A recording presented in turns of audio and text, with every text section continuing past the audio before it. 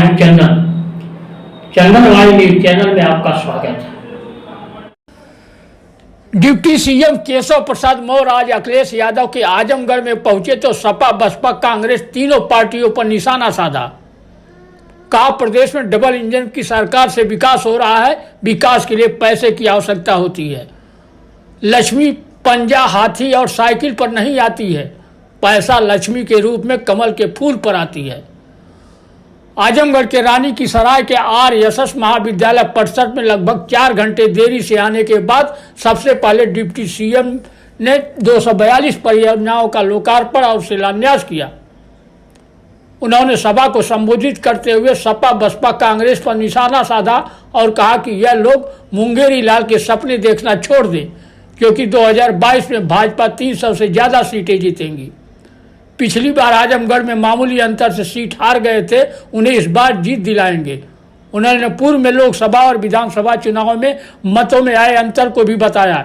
यह भी कहा कि पिछले विधानसभा चुनाव में सपा लोकदल बसपा के गठबंधन पर बुआ भतीजा मिलकर देख चुके हैं, जनता ने उन्हें नकार दिया है।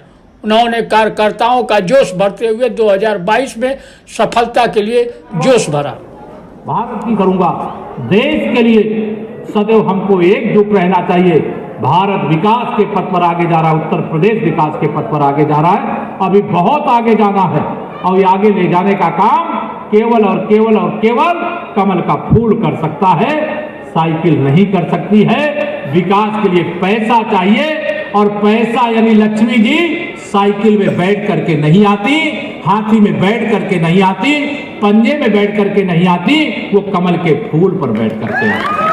इसमें भाजपा ने केवल कब्जा कर लिया है। यह बीमारी इनको लाइलाज बीमारी। कोई भी अच्छा काम होगा सपा का एक स्टिकर ला करके उसमें चश्मा करने की कोशिश करते हैं। अरे अखिलेश बाबू, अगर अखिलेश जी आपने अच्छा काम किया होता, मुख्यमंत्री थे 2014 में, हमारे 73 सांसद जीतते क्या अगर इन्होंने अच्छा काम किया होता। 2017 में मुख्यमंत्री थे, अगर इन्होंने निकम्मी सरकार नहीं चलाई होती, गुंडागर्दी करने वालों की, भ्रष्टाचार करने वालों की, जनता का जो अधिकार है लूट लेने वालों की सरकार नहीं चलाई होती, तो क्या ये 227 से 35 कितने थे, 47 बचते क्या? सब बुआ भतीजा भाजपा का विजय रथ नहीं रोक पाए। अभी भी अखिलेश जी आपको समझ में नहीं आया। मैं आज यहाँ आजमगढ़ की धरती से, उनके संसदीय क्षेत्र से, जहां से वो सांसद है, कह करके जा रहा हूं 2022 सपा बसपा कांग्रेस के विदाई का वर्ष होगा। डिप्टी सीएम केशव प्रसाद मौर्य ने पूर्वांचल डिग्री कॉलेज रानी की सराय में लोक निर्माण विभाग की 454 करोड़ की 242 विकास परियोजनाओं का लोकार्पण और शिलान्यास भी किया। इसमें 128 किलोमीटर की 60 सड़क परियोजनाओं का लोकार्पण और 182 किलोमीटर की 182 सड़क परियोजनाओं का शिलान्यास शामिल है।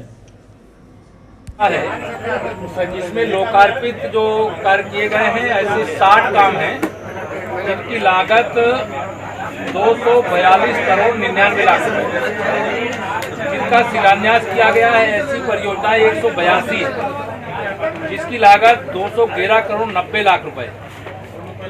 और अगर मैं जब से भाजपा की सरकार उत्तर प्रदेश में बनी है, बिना भेदभाव के सभी 75 जिलों का जो हम विकास कर रहे हैं, उसके क्रम में अकेले जनपद आजमगढ़ में 2636 परियोजनाएं जिनकी लागत 939 करोड़ 85 लाख रुपए है, यह हमने यहाँ की जनता की सेवा में अकेले एक विभाग के माध्यम से सेवा में प्रस्तुत करने का काम। और अंत में मीडिया के सवालों के जवाब में डिप्टी सीएम केशव प्रसाद मौर्य उस समय फंस गए जब उनके सामने सवाल आया कि बीजेपी से यूपी का सीएम कौन बनेगा। इस पर उन्होंने जवाब दिया, अभी सीएम योगी आदित्यनाथ के नेतृत्व में चुनाव लड़ रहे हैं, चुनाव जीतेंगे तो जो होगा देखा जाएगा। विदाई का वर्ष क्या सर अगले 2022 के मुख्यमंत्री आप होंगे? अरे आप कैसे सवाल कर रहे हो? मुंगेरी लाल की तरफ जैसे अखिलेश यादव की तरह आपको भी सपना आ रहा है। सर एक सवाल और नहीं, ये सवाल मेरा नहीं। अभी हमारे आदरणीय मुख्यमंत्री जी के नेतृत्व में हम चुनाव लड़ रहे हैं और चुनाव लड़ रहे हैं, चुनाव जीतने के बाद जो होगा वो देखेंगे। लेकिन अभी ये मैं उनका मुख्यमंत्री हूँ, ये पार्टी के संसदीय बोर्ड राष्ट्रीय अध्यक्ष जी टीम का निर्णय होता है। ऐसे सवाल करने से कोई मजा मिलता है, चटकारेदार खबरें, उसका मतलब नहीं होता। अच्छा सर, एक 2014, 17, 19 का बदला आजमगढ़ की जनता और कार्यकर्ता भाजपा का कमल खिला करके 2022 में ले।